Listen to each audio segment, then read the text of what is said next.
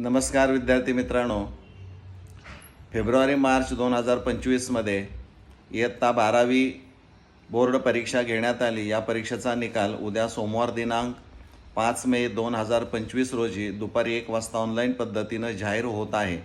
ही एक आनंदाची गोष्ट आहे, कारण राज्य मंडळ पुणे यांच्याकडून जवळजवळ 15 ते 20 दिवस अगोदर निकाल जाहीर होत आहे।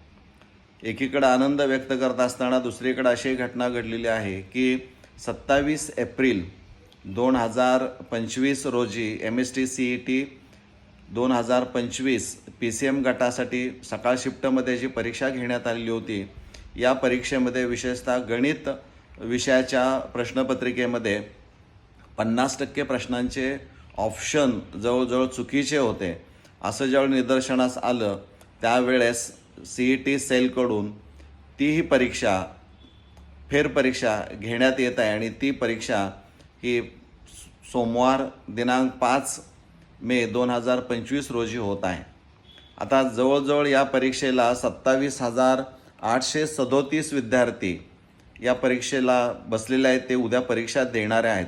त्यामुळे झालं काय की एकीकडे निकाल जाहीर होतो आहे, याचा आनंद होत असतानाच उद्या या विद्यार्थ्यांना री एक्झाम द्यावी लागणार आहे। त्यामुळे हे विद्यार्थी एका तणावाखाली आपल्याला पाहायला मिळतात, कारण एकीकडं आनंद व्यक्त होत असताना दुसरीकडं फिजिक्स, केमिस्ट्री, मॅथ्स या विषयाची त्यांना सगळी तयारी करायची आहे आणि उद्या 3 तास ती प्रश्नपत्रिका सोडवायची आहे। त्यामुळं मुलांच्या मनामध्ये एक मानसिक दडपण निश्चित आलेलं असणार आहे। भले निकाल दुपारी 1 नंतर जाहीर होत असला तरी मनामध्ये कुठंतरी एक विचार येतो की आपलं नेमकं काय होणार, आणि ह्या तणावाखाली असताना कदाचित उद्या देणाऱ्या PCM गटाची MST-CET 2025 या परीक्षेला निश्चित मुलांचा रिझल्ट कमी पण येऊ शकतो, कारण एक दडपण निश्चित येतं आणि त्यामुळं या गोष्टीचा विचार देखील होणं खरं गरजेचं होतं।